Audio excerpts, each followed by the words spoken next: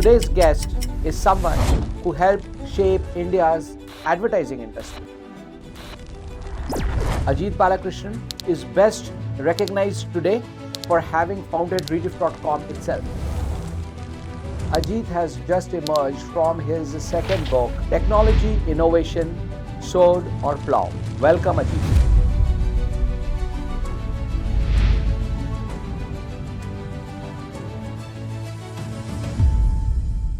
Welcome to the Rediff podcast. Today's guest is someone who helped shape India's advertising industry. And yet, somehow, that is the least of his achievements. Ajit Balakrishnan is best recognized today for having founded Rediff.com itself. He's the internet pioneer who worked hard toward making the web more about people and less about technology. I am privileged to do this podcast with him today, as much as I was privileged to be alongside him and Nikhil Lakshman, editor-in-chief, when the Rediff.com adventure was being booted up in 1995. Forever charged with youthful enthusiasm for his ideas, Ajit has just emerged from his second book, Technology, Innovation, Sword or Plow. Welcome, Ajit, and congratulations on your book. Thank you. It's a pleasure to be here. Wonderful. So shall we jump into this? The sword or plow debate has been a recurring theme in the history of technology. What made you re-examine this in a book format? Well, for several different reasons, but all converging on the same idea. First is that as I entered in my late 60s and 70s, I was getting increasingly worried that in India, thanks to the bifurcated educational system, we have people who followed either technology in one path and completely another set of people who kept looking at the liberal arts. So I'm worried that we'll create a nation. We have two separate groups of entities. And as it so happened, when the government made me join the National Education, NEP, National Education Policy Committee of 8 people, I found that most of the other members are also worried about the fact that when Indian students are very bright, they seem to be compartmentalized into two directions, either science or humanities. So one of my motivations was to write something which will be accessible to both entities. For example, if young people in the IITs and the IIMs want to know quite a bit about economic history and background, etc., and at the same time, when people who are in the deep mathematical areas will have further, when you're doing a BSc in maths, you need to know something about economic history. And at the same time, make the book accessible to people who are basically a BA in history or an MA in history, but want to understand what technology is all about. So it was driven by that motivation that we merge the divide and make sure that young people, and as they grow older as policymakers, can can view life from both those lenses quite easily. So that was my motivation. I can see that, because we didn't have those options like many people have today, and unfortunately, still people think in those dualisms of humanities and sciences. Now, like I would like to get a little deeper into the book. Public intellectuals like Kevin Kelly from Wired magazine, they have been popularizing the idea that humans are not really in control of the inventions and technologies they make. They believe humans really do not have an agency when it comes to innovation, which is very, very alien-like a thought. Their view is that if an invention is possible, it will emerge from the connected human minds on this planet. And just like, forest fires erupt spontaneously, inventions would erupt spontaneously from the engineering jungle, if you would. What are your thoughts on this very, very Darwinian view to the creation and extinction of technologies? Well, you can hit bang on the second reason why I dived into writing this book and researching the topic. As this book's central theme, you will find that it explains the processes by which society and technology interact with each other. It is not that one is separated from the other, and it always interacts in a way that it's within the human mind's control and society's control to either make sure that it shapes itself, new technology shapes itself as a sword which is used to destroy others, or it is guided to become a plow which will benefit all of mankind. To use an example, in the first industrial revolution in Manchester and in England, the plus point was the spinning mills and weaving mills produced cotton cloth in such an economic manner that for the first time, even people in India who went around bare-chested with only a dhoti could wear full clothes and jubbas, etc. But on the other hand, it meant that 8, 9, 10-year-old children were used in these Manchester mills as workers. The British went and created a colony in America, so they got African Negroes to plant cotton so they could get cotton cheap. So I wanted to point out that each technological revolution comes with pluses and minuses. And once you know that humans beings, as they evolve, will be able to gently guide it into the direction of the plow and less in the direction of the sword. That's another direction. Amazing. Yeah. So, one thing that intrigued me a lot when I was going through this book, and I finished it so quickly, I think because of the way you structured it. It was very innovative. I really enjoyed it. The book seems to be structured in short bursts of, insightful modules instead of just going on reams and reams of text like typically a book on this topic would be. So I was quite delighted. It felt like the whole structure has been inspired by social media posts. It's almost went like posts. Probably it could be serialized as posts on one of the social media platforms. How did is this consciously? Was it done consciously? How did you stumble upon this format? It's pretty unique. Format, it is not really social media. It is among the literature types. It's known as a creative non-fiction style, Right. where you tell non-fiction, but you tell it like a story. There's a triggering instance and some reactions to that, and how other people react, and reading in a conclusion. So I was inspired to the creative non-fiction style during the 3 or 4 years I had to spend in America during the time in New York, when the time we had acquired India abroad and we're trying to make a go of it. Yeah. During that time, I attended a couple of, or 1 or 2, 3 or 4 weeks courses at NYU New School, where I learned the art of creative non-fiction writing. So I'm following the creative non-fiction format. Right. Here. It's working. So, basically tell it like a story. Yeah, Beginning, exactly. crisis, and Yeah. end. That Yeah. kind of stuff. When we were cutting our teeth in journalism, new journalism was all the rage. Correct, Tom Wolfe correct, and correct. people like So it that. is not inspired by social media. You will say Sorry social about media, that. social media may have been inspired by creative non-fiction. Yeah. So all through the book, there are cultural references to the relevance of ideas from the past, especially Vedic ideas from about 3,000 years ago. How relevant is heritage and history when dealing with technological ideas? I always thought that science and technology tend to lean a little bit into the future and try to disconnect from the past. But there certainly is value in looking at technology and not reinventing the wheel. I mean, looking at history and not reinventing the wheel. How relevant is this? I mean, can it be overdone? Should we be careful about it?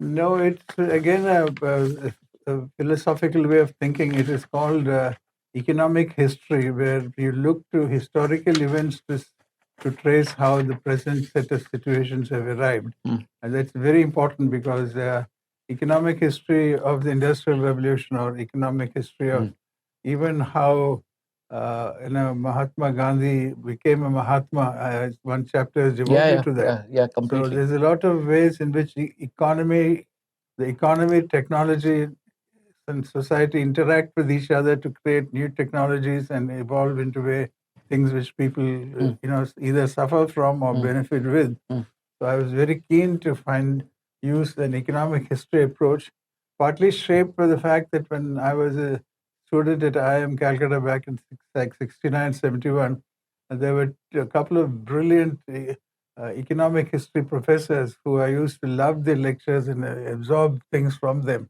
Mhm. So that is, some of it is reflected here, using economic history as a method of Right, right, writing. right. My question specifically was, can it be overdone, and should we be cautious beyond a point? Well, the idea is if human beings must cultivate the habit of analyzing and making sure that you look into the history of it, you look into the social interaction of it, all of that. You can't just say, I like this technology or I don't like this technology. You have to analyze, think, and through it too.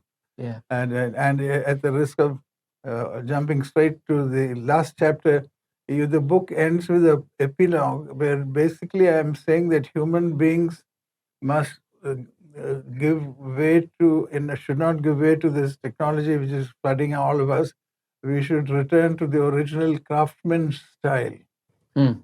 People who work with their hands and mind and create things. So every human being we must bring them up to current children to be craftsmen and value craftsmanship and not just be, lathe operators and key punchers, Right.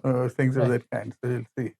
Do you believe there are elements of craftsmanship in some intellectual work, like writing code or writing a book? There is craft involved in it, isn't it? There is. Let's take the subject of writing computer code. You can either be, uh, you know, write code as if you're a craftsman and put your hands and Yeah. mind to making sure everything is done and done creatively, or you can write it like a clerical person who says step 1, step 2, step 3, and keep writing and following the steps. Yeah. So I'm making a case to be a craftsman and write original code, make it easier for people to understand. Right. So every part of technology today, we want to take it away from its instrument of just being a sword and just make sure they use your craftsmanship and take the best out of the technology which is coming out. So I'm going to make a small detour now. Technology inventions were not always your favorite flavors. You graduated from IIM Calcutta and jumped straight into the world of advertising by founding Rediffusion, the iconic advertising agency. Um, so many years with you, and I have never asked these questions. What triggered it? Why did you pick No, advertising? it is not fully correct. You saw me only in that period. If you had encountered me when I was 8 or 9 or 10-year-old in Kannur, in the Malabar area of Kerala where I grew up, I was experimenting with test tubes and things all the time. Right. Because Your dad was a doctor. My father was a doctor. My maternal grandfather was a doctor. Oh, so lots of test tubes around. Lots of science around, and Yeah. and a constant. My grandfather, for example, who my mother's father, he was a doctor who would sit and read out when I was 10, 12 years old chapters from Bertrand Russell and explain it to me, and we discuss it with me when I was a small boy. He also always explained scientific things. So it is, and with my father, it was anything that you say must be scientifically presented. If you just cry and say, I want ice cream, it won't fly. You have to say, weather is very hot, so I'm feeling hot, so may I have an ice cream, we'll get it. Yeah, the causation links. Yeah. So again, why advertising? Seriously, Well, advertising has risen and fallen, I know. But if you look at advertising in the late 60s, it was in world society, not just in India, but also in London and New York and Tokyo and Beijing. It was what AI is today. It is seen to be the solution to all of life's problems. It really, like AI is made out to be that. Why did that happen at that time? It's because a lot of the economic growth in the 60s happened because synthetic chemistry created synthetic detergents, synthetic soap, synthetic nylon, polyester, so to make things cheaper for humankind. But the only problem with all those things was all the products were commodities. There was no difference between one and the other. So advertising appeared through Madison Avenue as a way of making that you could create an image about a detergent which is different from image of a detergent made by somebody else. Mhm. So advertising rose as a method of differentiating commoditized synthetic products. Right. And it was really as mentally challenging and creatively challenging as today AI is. Yeah. Yeah. And that's the reason I embraced Amazing. it. I embraced it for that reason, It's a not great because analogy. Yeah. yeah, and I didn't embrace it because I was part of a play acting types and all that. Yeah. No, I was not. You could differentiate it between commodities in the market. Ever Ready Batteries was a client of ours. Rajiv Gandhi's election. Oh, famously, yeah. Give India your hand, Yeah. if you recall Yeah, that yeah. story. Full page ads. Yeah, and all this method to distinguish between these commodities and some specific Right, things. right. That's and advertising then rose, peaked around the 1990s and then started declining, and it's now to vanish from the scene. Yeah, when you talk of synthesis and chemicals, it reminds me of that line from The Graduate. The future is plastic. If you remember that, right? I remember that. Yeah, Future is plastic. yeah, I get that now. No. Right. When you co-founded Rediffusion, what problem did you believe advertising needed to solve at that point in time, but people here in Bombay and other places in India weren't really addressing it? So when you found a company, obviously looking for unique challenges, right? So had you identified something like that? Yes, at that time, you must see, I was an IIM background kid. My partner Arun Nanda Yeah. was from IIM Yes. Ahmedabad. Yeah. And Mohammed Khan was a friend of ours who also, he was a creative arm of the whole thing. Mohammed Khan of Contract. Later became Contract and many other things, Right. but he had just returned Began from with England Okay, at that time. okay, okay. He was working for an ad agency there. Right. And Arun and I were analytical people. We would take tons of data, and if you see the analysis we did during the Lok Sabha election, that is, we did literally at that time there were only just basic pieces, but we still did analytics on numbers to make sure which are the segments, where you stand a chance, what do you need to do to the segment. Planning media data was coming out quite a bit. Indian National Leadership Survey and all kinds of stuff. So we were analytical, and Mohammed added the creative end to it. And the Scorpions. Huh? The famous Scorpions. Yeah, all if you remember. Okay. So whenever you see color, think about oh yeah, of course. Jensen and Nicholson. Asian Paints. Yeah. No, Jensen and Nicholson. Jensen and Nicholson was it? Okay. Okay. Right. So we combined analytical approach with creative differentiation between brands, and that was a hot topic throughout the world, not just Madison Avenue got founded that year, those years, 60s. Where all of America would run to Madison Avenue in New York to establish some differentiation in the market. It's part of a worldwide trend. We didn't do any originality. It's not an original way we started, but So how were you doing advertising differently from others in those years immediately after forming Rediffusion? Was there something distinct that you would like to speak about? The analytical reasons why we hit on a proposition where about 8 or 10 slides would explain in very deep analysis of the consumer, what are the segments for the consumer and things of that kind. That was at a time when most other ad agencies were people who were part of the British Indian English theatre movement.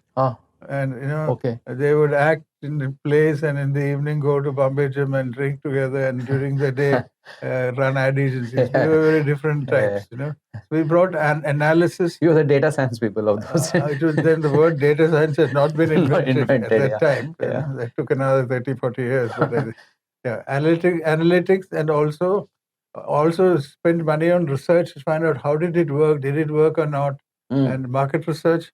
Also, we backed in a very big way. It was just a rising area, market research. Did the market then actually see Rediffusion as different? Was it recognized? We came from nowhere in 1972 to rank number 7 or 8 within 3 years of starting, and we became the number 1 or 2 or 3 agency for the next 5-10 years. There were awards for top creative agency of the year. Brilliant. Brilliant.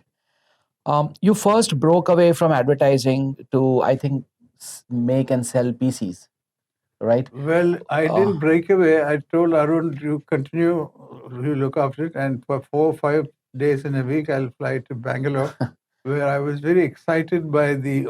At that time, the personal computer was just getting invented. Which PC. years were these?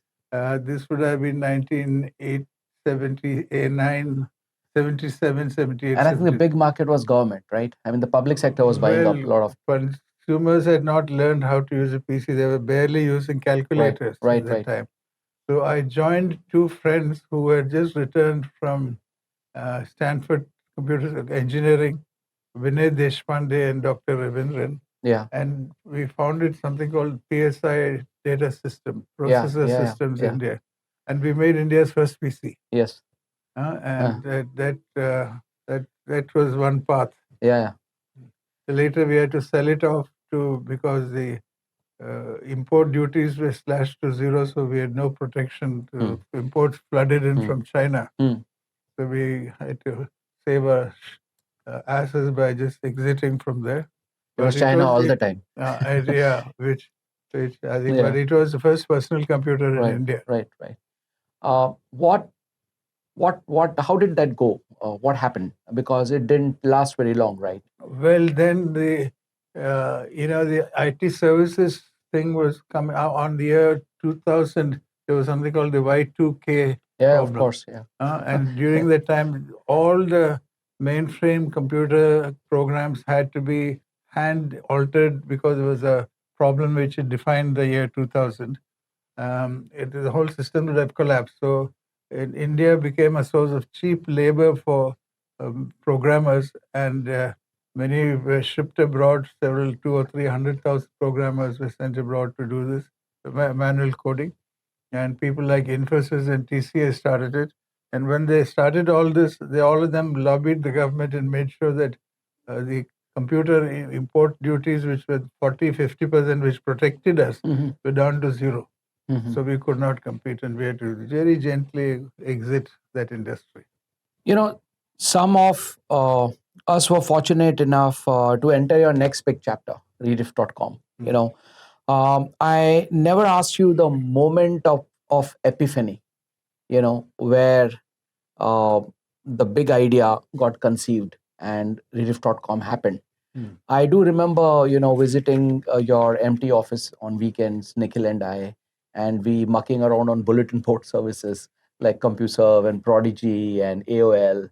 And I remember those times, but I have a suspicion that was not the moment of epiphany. You already had it. So what happened?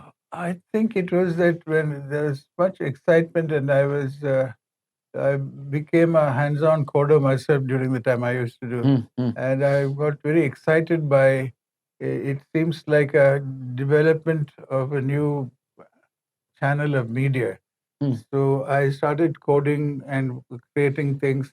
And finally, like, you could create news online. So I got excited and I called Nikhil and invited him and his team to join me in that small 800 square feet office we had near the Firozshah Mehta Road, near the Bombay Stock Exchange. And on December, I think what year was it? 1995, I think, right? When at that time, I couldn't get any coders to write computer code which was needed for this. Yeah. So I wrote most of the code myself, and we made on the internet. We published India's first Rediff, www.rediff.com. Rediff on the net. But the thing was Rediff.com. And we took that tiny office near the stock exchange because the stock exchange people had a cable running from the BSNL office there. Yeah. Because there was no internet in India at that time. So we needed our office was the part of the path of that cable. So we could get to the internet through cable from that office. I remember it was a flimsy, twisted pair running along the staircase and then coming to the first floor. Correct. And I remember one of the investment bankers who was down from the United States to meet you was aghast. He was standing there on the wooden staircase, just staring at the twisted pair, saying, "Is this internet?" It's crazy. The internet had not happened, so the only way you could get things was through cable. Yeah. and the public wireless had not happened. But it gave me an opportunity because there, where the one or two computers we owned, we could be connected through that cable which is going on its way to Yeah. the Bombay Stock Right, Exchange. right. So that's where we started Yeah. that, and then we That built in tenures. on December 25th, December. Nikhil will remember the exact date. We Mm. www.rediff.com appeared on the Right, internet. right, right. And I remember the first time I saw it was in black and white, and then it occurred to us that we had to move to the only color monitor in the Yeah. office, That's which was in the right. bedroom of that flat. Right. That's right. So, yeah, That's right. right. That's right. For those of us who were in the trenches with you later on, when we started picking up and raging, actually, Yeah. with we were in classic, we were on a classic exponential curve. Everything was going good for us. At that time, there was some kind of hollowness, sadness in among some of us, because we thought that the ideas that we're trying to implement, the market didn't seem to be ready for it, or we were not able to communicate it to them correctly. Something felt amiss, And like, for example, when the team was setting up the first e-commerce shop in this country, no, it didn't occur to us immediately that we are doing this in the world in the reign of octroi. Imagine doing e-commerce with octroi nakas all over the country. The nation wasn't ready for many of those things that we were building in, right? We felt disheartened many times, but it was a storm that carried us. Never had the chance. At least I never had the chance to ask you, how did you reconcile with this? How did you think it can be super frustrating? So how did you feel those days? Well, somehow it's not part of my personality to be discouraged about anything. Yeah, But yeah. what was interesting, though, is the observation made is quite general. In India, any new technology comes, adoption takes a long time. Hmm. So there are several reasons. My book explains why, and one of the critical thing which you must see in that chapter is, in the United States, if you look closely, the real innovations came out because the U.S. Defense Department wanted it. DARPA and DARPA, yeah, Defense Advanced Research Project. projects. For example, this service that we all love so much, Google. Yeah, Google was funded yeah, in its first 2 years, yeah, both when those two founders were in university and later by DARPA. yeah. Now, practically, Amazon Web Services was funded by DARPA. DARPA. So in the United States, they have a cultural tradition of defense looking at technical innovation as their little differentiator versus Russia and other countries and enemies. In India, defense almost never steps in for innovation. We've tried many times with ideas from them. Yeah.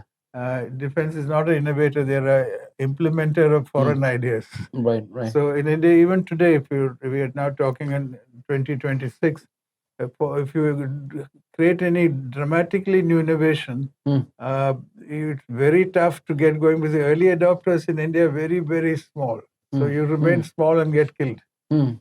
That's a problem which we have, and I've devoted a chapter again with the intention that our policymakers see this and do something about it. Right. So I remember, I don't remember the name of the policymaker, since you're talking of policymakers, who pointed out that, DRDO, unlike DARPA and its predecessor, ARPA, which funded, in fact, the development of TCP/IP, the protocols themselves, in That's Boston right. at That's BBN and absolutely places like right. that, right?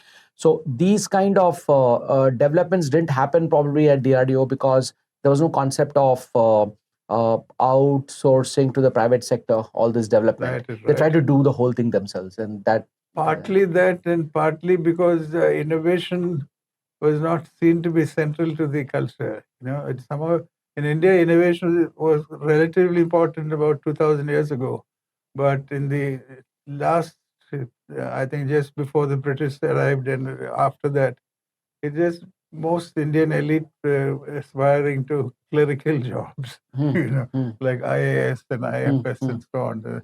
The best, or your creative, you migrated away to the United States. Right. But something wrong, and even today, by and large, it persists. Okay. Yet, and I was hoping through that chapter in my book to stimulate these guys in defense to rise to the occasion and become, funders of innovation. Right. Do you think that's changed dramatically of late? No, it's No, not, it's nothing. not changed. We need to change it. We need to Right. change it. It's, Okay. hopefully, it will be triggered. The change will be triggered by my book. Hopefully. Yeah.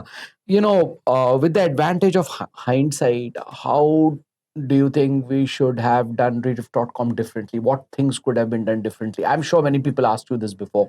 I think one of the things we should have been done different, don't laugh, I'll tell you, is that I should have been one of those entrepreneurs whose single-minded goal is to increase his wealth. Ah. Like many entrepreneurs, they just want to become rich, say 1 billion rupees, 10 billion rupees. Yeah. For me, it has never been an issue. The plus point is all of you consider me a good man because I'm focusing on innovation and technology and things. But the bad man aspect of it is that you're not spending enough time just focusing on making money. Because if you do that, you create enough capital, you can use that to buy others, and the capitalistic mode. Right. So maybe I should have been much more capitalistic than I was at that time. I will not name the person, Ajit, but I have been accused of you are being an Ajit. You don't understand money. I've been accused of, oh, you worked with him too long, that's why you do these things. What is that being creative? What it means is this. Let me give an example. It's about doing the right thing at the expense of losing business. I don't know whether you remember this. We had started Rediff Matrimony, which Yes, of which had course. become immediately the #1 matrimonial service in the country. That's right. And it died on one Monday morning. It just died overnight because you walked into the office and you noticed that we are publishing caste data, caste, subcaste, and stuff like that.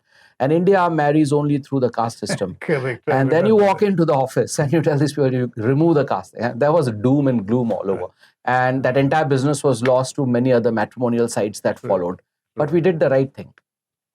Well, it depends on what is right and wrong. Is it right about how much money you make, or market share you have, or how much of a service you are to humanity? That's it. But you're absolutely right.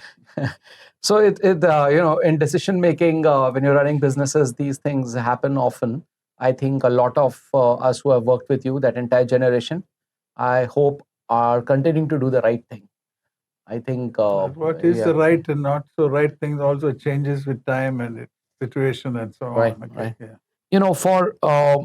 From the Rediff story and the ideas in your book, do you think we have overestimated our powers of predicting what inventions will come our way, how technologies are going to turn, and what shape they may take? Do you think we overestimate this all the time? All the time.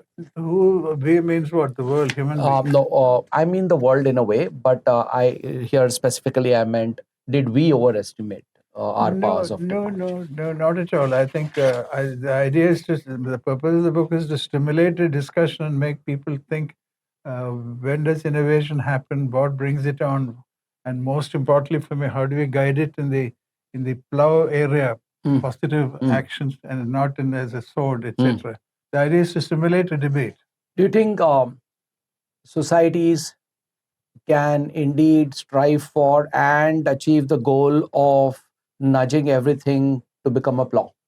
Can they even do it? It can never be completely one or the other, but I think in most cases, trying to, like right now, there's a big amount of work going on genomes. Yeah. In that area, genomes can be a wicked sword if it's used. Yes. Okay. Yes. But how do we steer it in a way that we don't ignore genomes? Because if you do that, you'll lose. Use genomes in a very positive way. Think of positive ways in which you can improve it. Otherwise, people will say, I'll use genomes to improve the genes of my family and make them very successful in life. Yeah. All that is a sword. It's not a... Right. So genomes is one. AI itself, in its largest sense, has been capable of being used one way or the other. Yeah. Either a sword or a plow. Right. How to use it.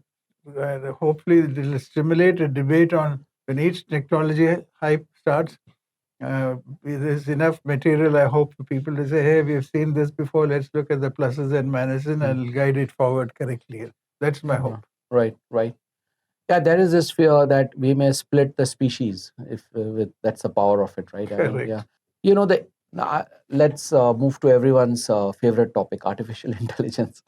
The AI promise seems to be sitting on a spectrum now, from complete dystopia to brilliant utopia. And everyone. So, on a good day, where do you sit on that spectrum? Look, first let me point out that every technology, when it emerges, goes through this hype cycle. Yeah. Every Yeah. started with sewing machines, it started with weaving machines, with chemistry, etc. So that part of hyping is not new. Mm. Okay, but AI is a lot of possibilities. I might tell you that I spend at least 4 to 5 hours a day writing code in AI even today using Python. Mm. And when the youngsters don't do it, I say, look, I'm 78 years old. I'm spending 4 hours a day writing AI code. So why are you not doing it? They just, but we are different. I think when you write code, you'll understand what it's capable of and what it cannot do, and Yeah. but it has many benefits. Right. For example, I must say I gave that example in my book too. Today, a lot of medical care and doctors are not affordable by, let's say, even in Colaba, a rickshaw driver can't afford, if he's sneezing, he can't afford to go to a doctor. The physician will charge him 1 or 2 thousand rupees for consultation, and that poor guy makes it in one. That is 1 week's earning for him. Whereas in the future, he can just look at his cell phone and cough into it and just tap tap and speak, explain his problem, and it'll give him the diagnosis and which pharmacy to go to, what eight pill. Right. And all my doctor friends get shocked when I say this is going to happen, but it happened. But it makes medical care affordable to all. Right. That's the purpose. So there are a way you can guide AI to do the right things. Right. So you're so right. Some of our clients that we're working with are healthcare institutions in the United States, and all of them firmly believe that the number of diseases and conditions known to physicians today has become so large that it's not possible for one human mind to absolutely actually. correct. Absolutely correct. So just I'm want to dwell a little bit more on this. What do you think is misunderstood about AI classically? Don't blame it on AI or blame it on people now. Every technology, when it emerges, goes through what is called a hype cycle. Initially, people will say, no, this is all crap. I don't believe it can do anything. Then you say, oh, it can a little bit. Then let us see what the wonderful things that can. Then others emerge to say, but this is what will save humanity. We're going to hit the hype cycle. And then it starts fading out and going away. You can see that one of the reasons I wrote the book in the structure is you can study it for all the 7 or 8 technology waves that happen. It goes through the type cycle. And then when it fails, you throw it away and say, oh, never wear anything to do with synthetic clothes. But it depends on certain things. Like your track pants, for example, without synthetic clothes, how can you run? You can't have handloom cotton for your track pant. So you need both. So that will happen even for AI. It will slowly find its place and start using it. But in the meantime, right now, the hype cycle is about to peak. It's not peaked. It's continuing. Right. I'm referring to your previous book, The Wave Rider. You have explored how technological ideas come in waves, and the hype probably cycle that you're talking about is baked into that idea. Would you like to dwell upon it a bit? How I think these books are connected at the hip somewhere. They are, because one of my life missions and curiosity is to decode the way technology and society interact with each other. So I've been on that pursuit since I was 8 or 9 years old. So it's not anything new. Now, talking of waves, like if AI, many people believe AI is going to be the last technology wave, and it's the last of the technology wave, and for a human to write, not because then that's a technology that makes its own technologies. So for the last wave for humans to write, probably maybe AI, and I disagree completely on that. I know you would, and that's why I'm bringing it up.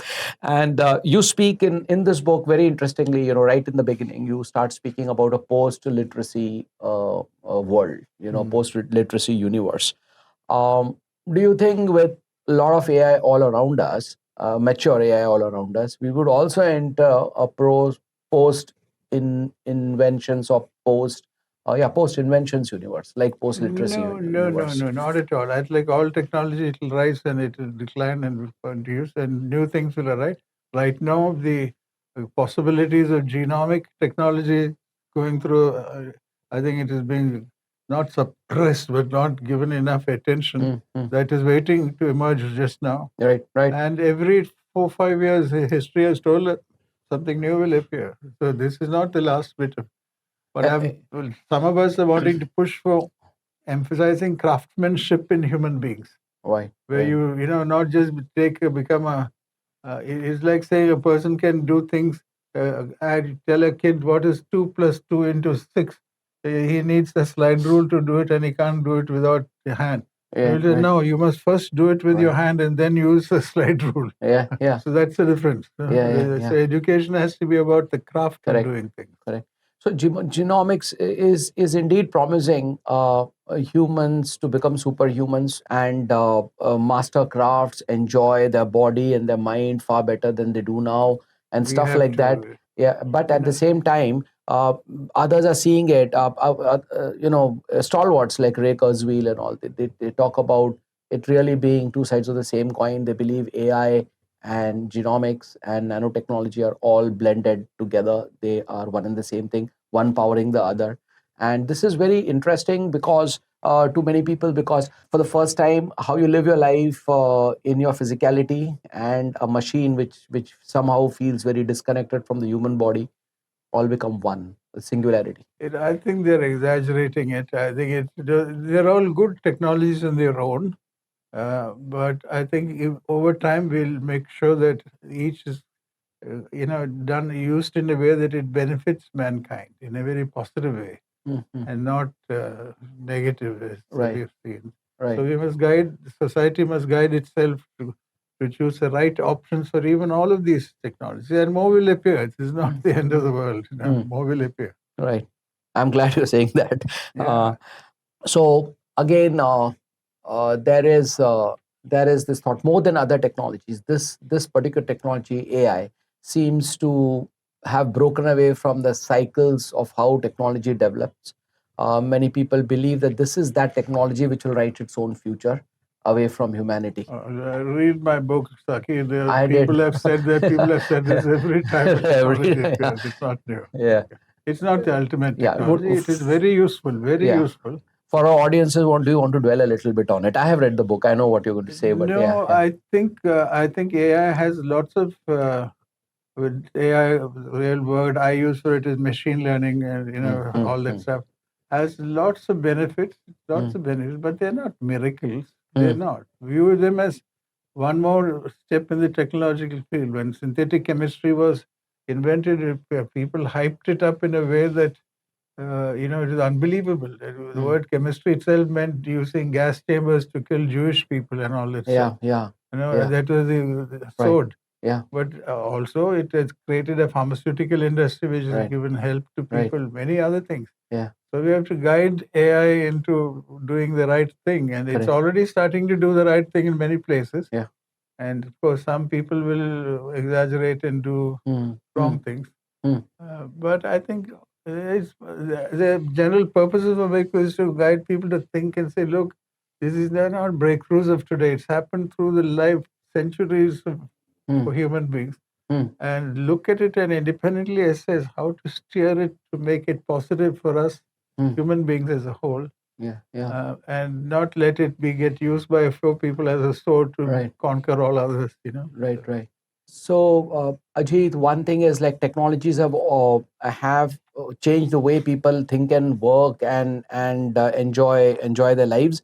For instance, before the clock became commonplace, nobody was counting hours and half hours and minutes to do their work.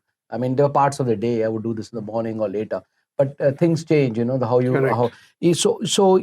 AI tools, good AI tools all around us, and we working with them harmoniously, what may be the shift? I was wondering how I could pose this correctly to you. And this is the last question I have for you. My very sharp question here is: will AI tools demand us to be using more of our intelligence or more of our imagination? in our daily work? Not for all. There will be, of course, some of us who will use more of imagination to take AI and use it correctly, but others will just use routinely. Like if Right. some people use a Right. typewriter, you can use a typewriter to write a classic novel, Yeah. or you can use a typewriter to make invoices for sales of products. Right. So Right. don't blame the poor typewriter for that. Depends on what you put that tool to use, right? Right. So, Ajit, thank you for sharing your wisdom so liberally. It was brilliant speaking with you. It's not my wisdom, but an attempt to stimulate thought and discussion. That is the idea of my book. Thank you. And to the rest of us, may our swords be blunt, may our tools be sharp, may our imagination be sharper, and may our curiosity be impossible to tame. Read books,